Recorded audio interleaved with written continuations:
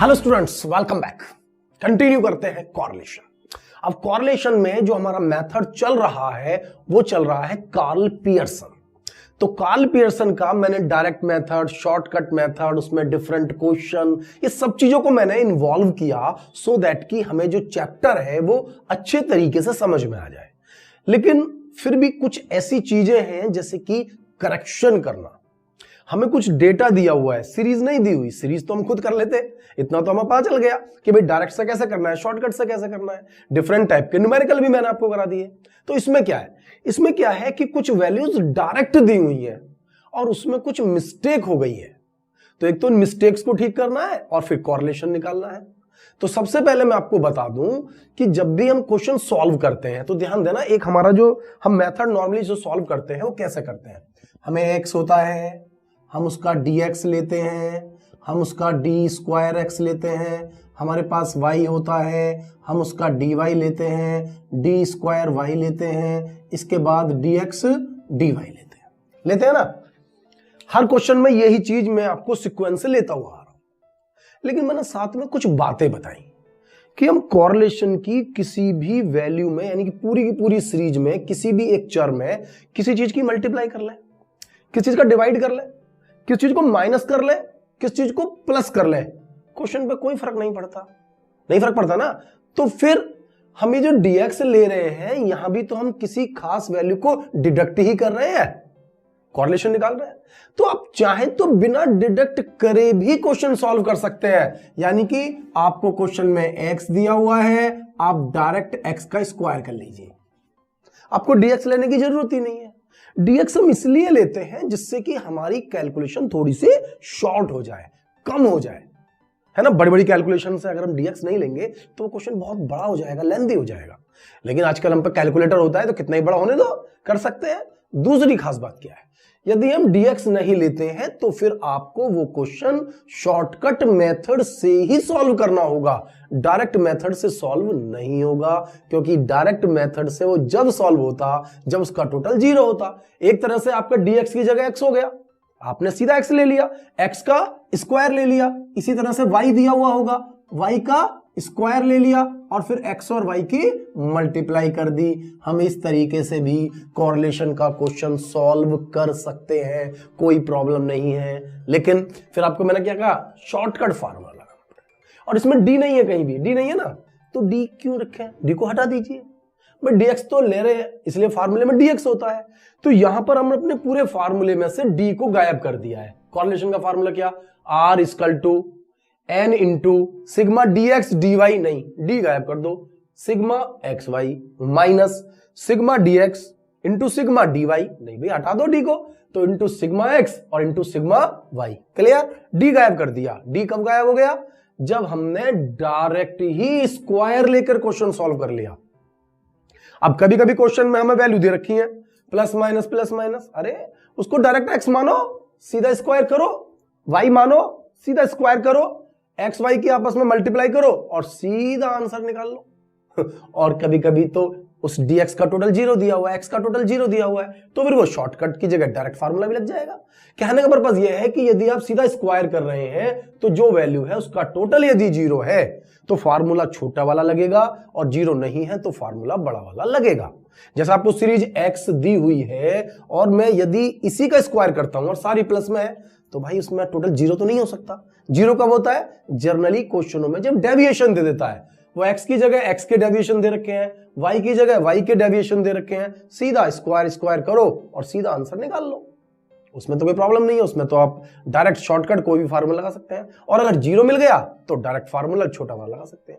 लेकिन फिलहाल जब केवल x दिया हो, हमें खुद x स्क्वायर निकाल रहे हैं, y दिया हो y स्क्वायर निकाल रहे हैं और x y की मल्टीप्लाई कर रहे हैं, तो 0 का तो कोई सवाल उठता ही नहीं। तो हमें जो शॉर्टकट वाला फार्मूला है वो पूरा लगाना पड़ेगा। बस इसमें से d को गायब कर दिया है। नीचे फार्मूला क्या है, n into sigma d square x, d गायब कर दिया, अब सिग्मा x का स्क्वायर।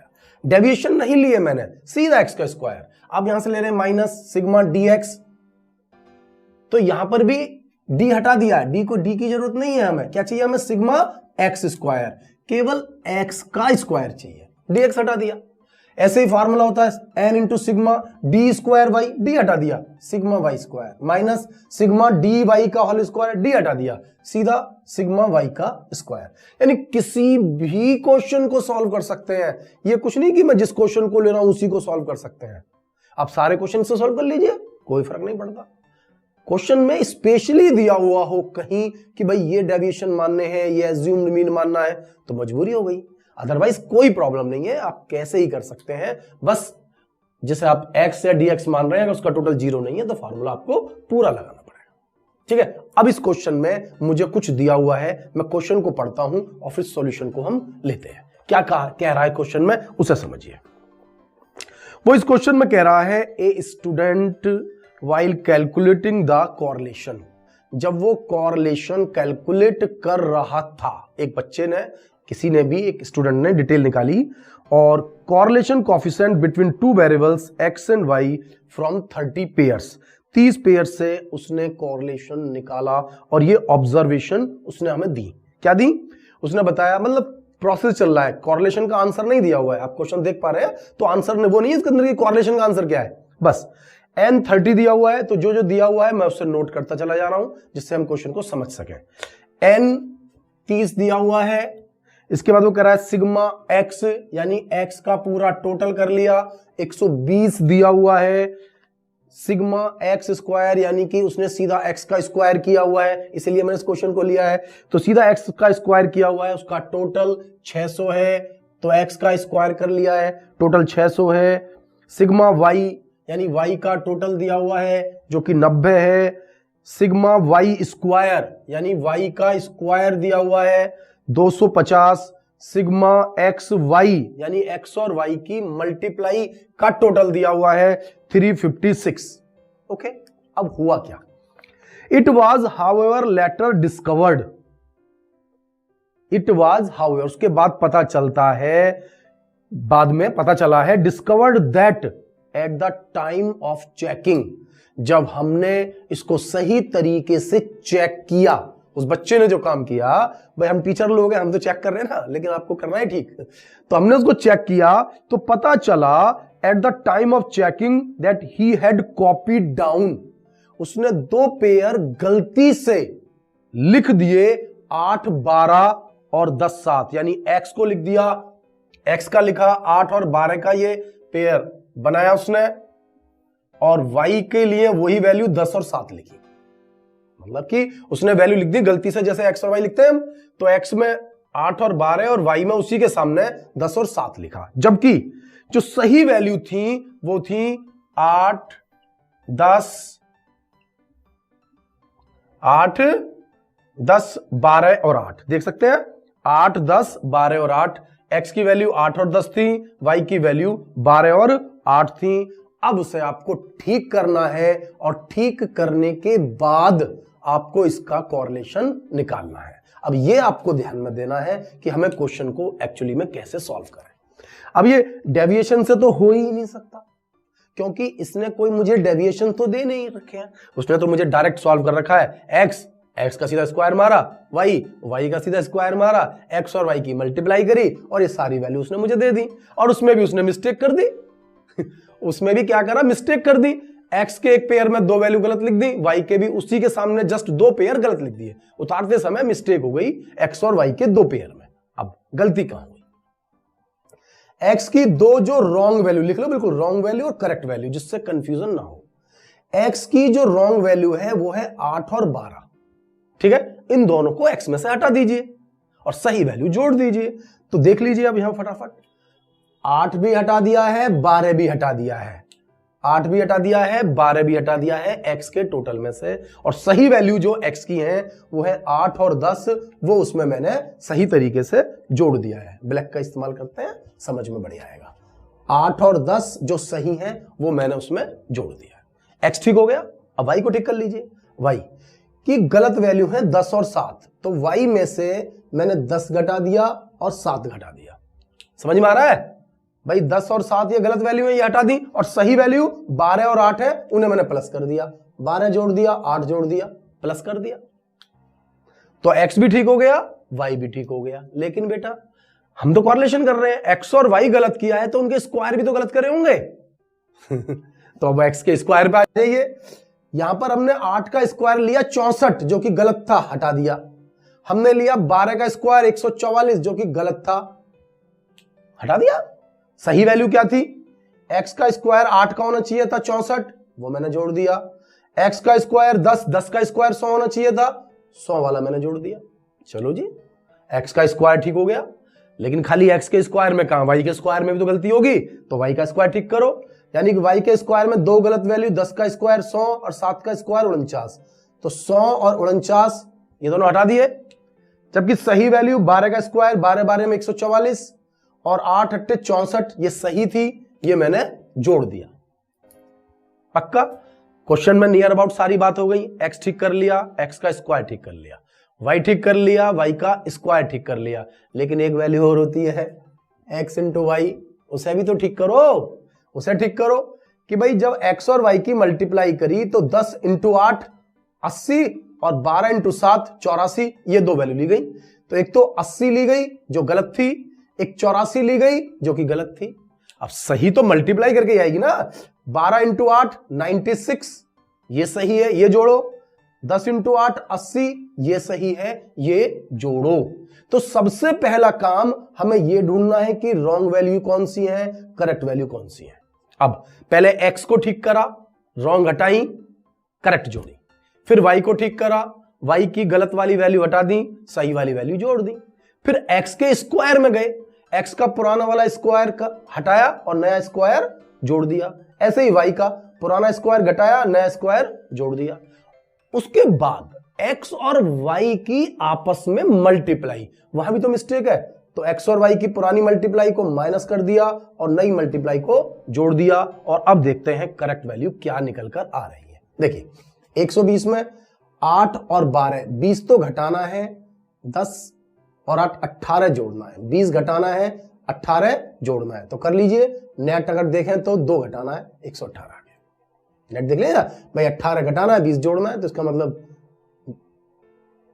20 घटाना है, 18 जोड़ना है, तो 2 घटा दिया हमने। या पहले 20, ये 12 8 20 घटा दो, 18 जोड़ दो, एक ही बात है। वो तो 90 था, 10 और 7 17 को घटा दीजिए, 12 और 8 20 को जोड़ दीजिए, आंसर आ गया 93।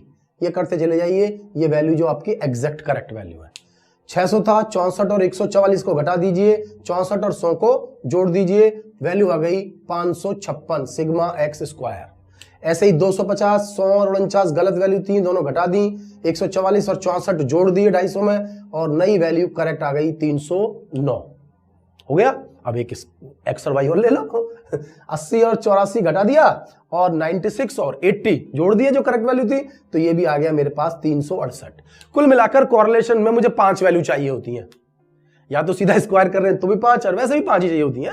एक्स का यूज थोड़ी होता है। जब हम यहां जाते हैं dx लेते हैं, d स्क्वायर एक्स लेते हैं, तो 1 और 1 2, एक डी स्क्वायर dx dy और d स्क्वायर y 4 और एक dx dy 5 वैल्यू लेनी है।